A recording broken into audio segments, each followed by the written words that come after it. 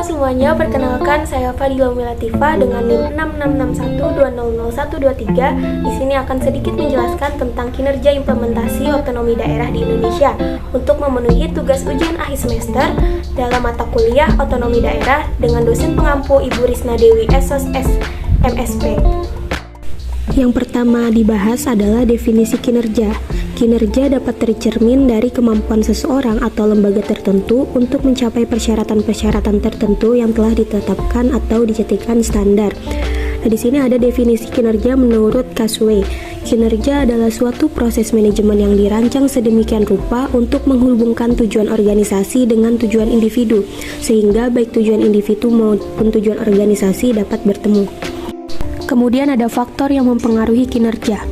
Atmo Suprapto menjelaskan kinerja organisasi akan dipengaruhi oleh faktor internal maupun eksternal. Nah, di sini faktor eksternalnya itu ada 3, sedangkan faktor internalnya itu ada 4 yang dibahas. Nah, faktor eksternal ini meliputi faktor politik. Faktor politik yaitu berkenaan dengan keseimbangan kekuasaan. Yang kedua ada faktor ekonomi.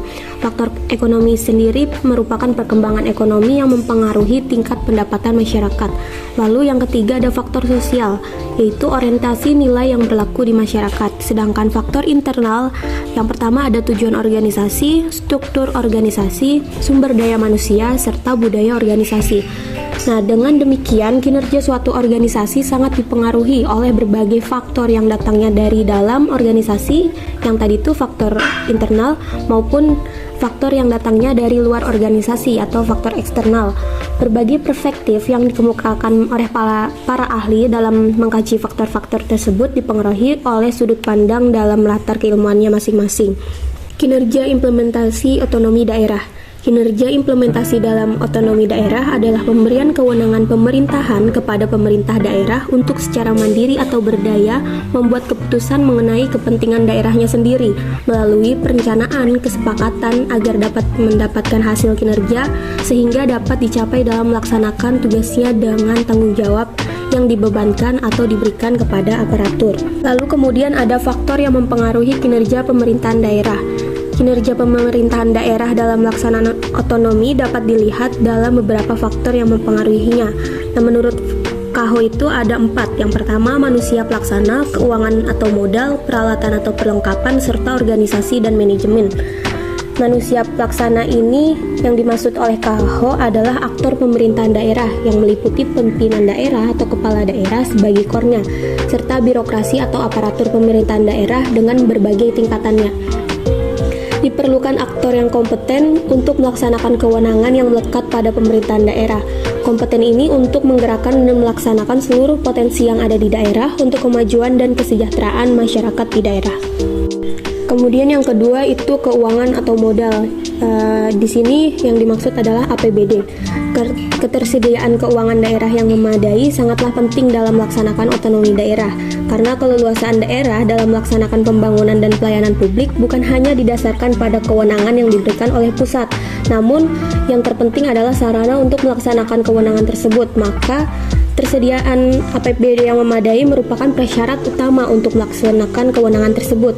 Tetapi perlu dipahami juga bahwa dengan struktur APBD saat ini, jangan pula daerah justru banyak berharap dari dana perimbangan dari pusat. Seharusnya dengan adanya otonomi daerah, ketergantungan keuangan dari pusat itu harus dikurangi.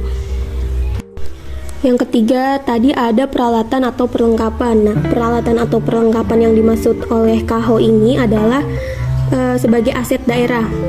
Jadi menurut Mahmudi, aset daerah ini sebagai salah satu unsur penting dalam rangka penyelenggaraan pemerintahan dan pelayanan publik yang harus dikelola dengan baik, efisien, efektif, transparan, serta akuntabel. Sejalan dengan pelaksanaan otonomi daerah dan desentralisasi, bahwa pelaksanaan desentralisasi tidak hanya sebatas di desentralisasi pengelolaan keuangan dari pemerintah pusat kepada pemerintah daerah, dan dari pemerintah daerah ke Satuan Perangkat Daerah atau SKPD, tetapi harus desentralisasi pengelolaan aset daerah sampai kepada level satuan kerja atau satker. Oleh sebab itu, menjadi sangat penting bagi pemerintahan daerah untuk mengetahui prinsip-prinsip pengelolaan aset daerah yang akan bermanfaat bagi pelaksana otonomi daerah.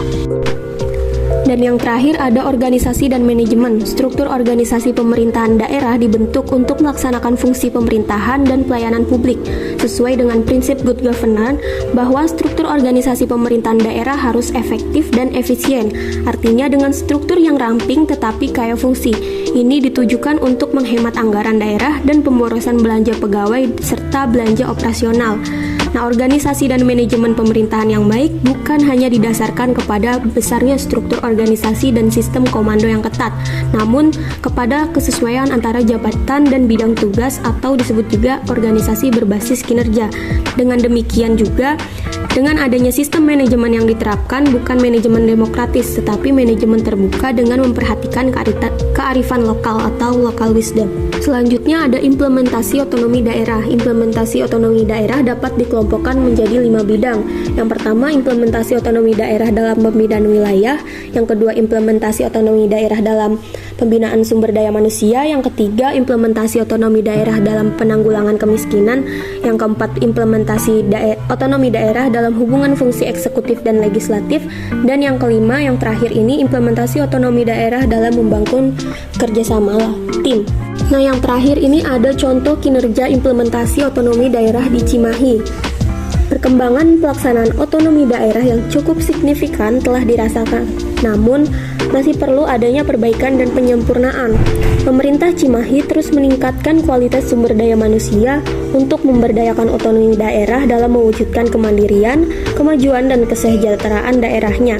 Dengan kegiatan-kegiatan dalam peningkatan kinerja penyelenggaraan pemerintahan daerah yang berorientasi pada pelayanan masyarakat guna mewujudkan kesejahteraan rakyat dan peningkatan sumber daya manusia melalui kegiatan yang kreatif dan inovatif. Nah teman-teman, itu tadi adalah sedikit penjelasan tentang kinerja implementasi otonomi daerah di Indonesia yang mengambil contoh di daerah Cimahi. Semoga kalian dapat memahami apa yang telah dijelaskan tadi. Sekian, terima kasih. Wassalamualaikum warahmatullahi wabarakatuh.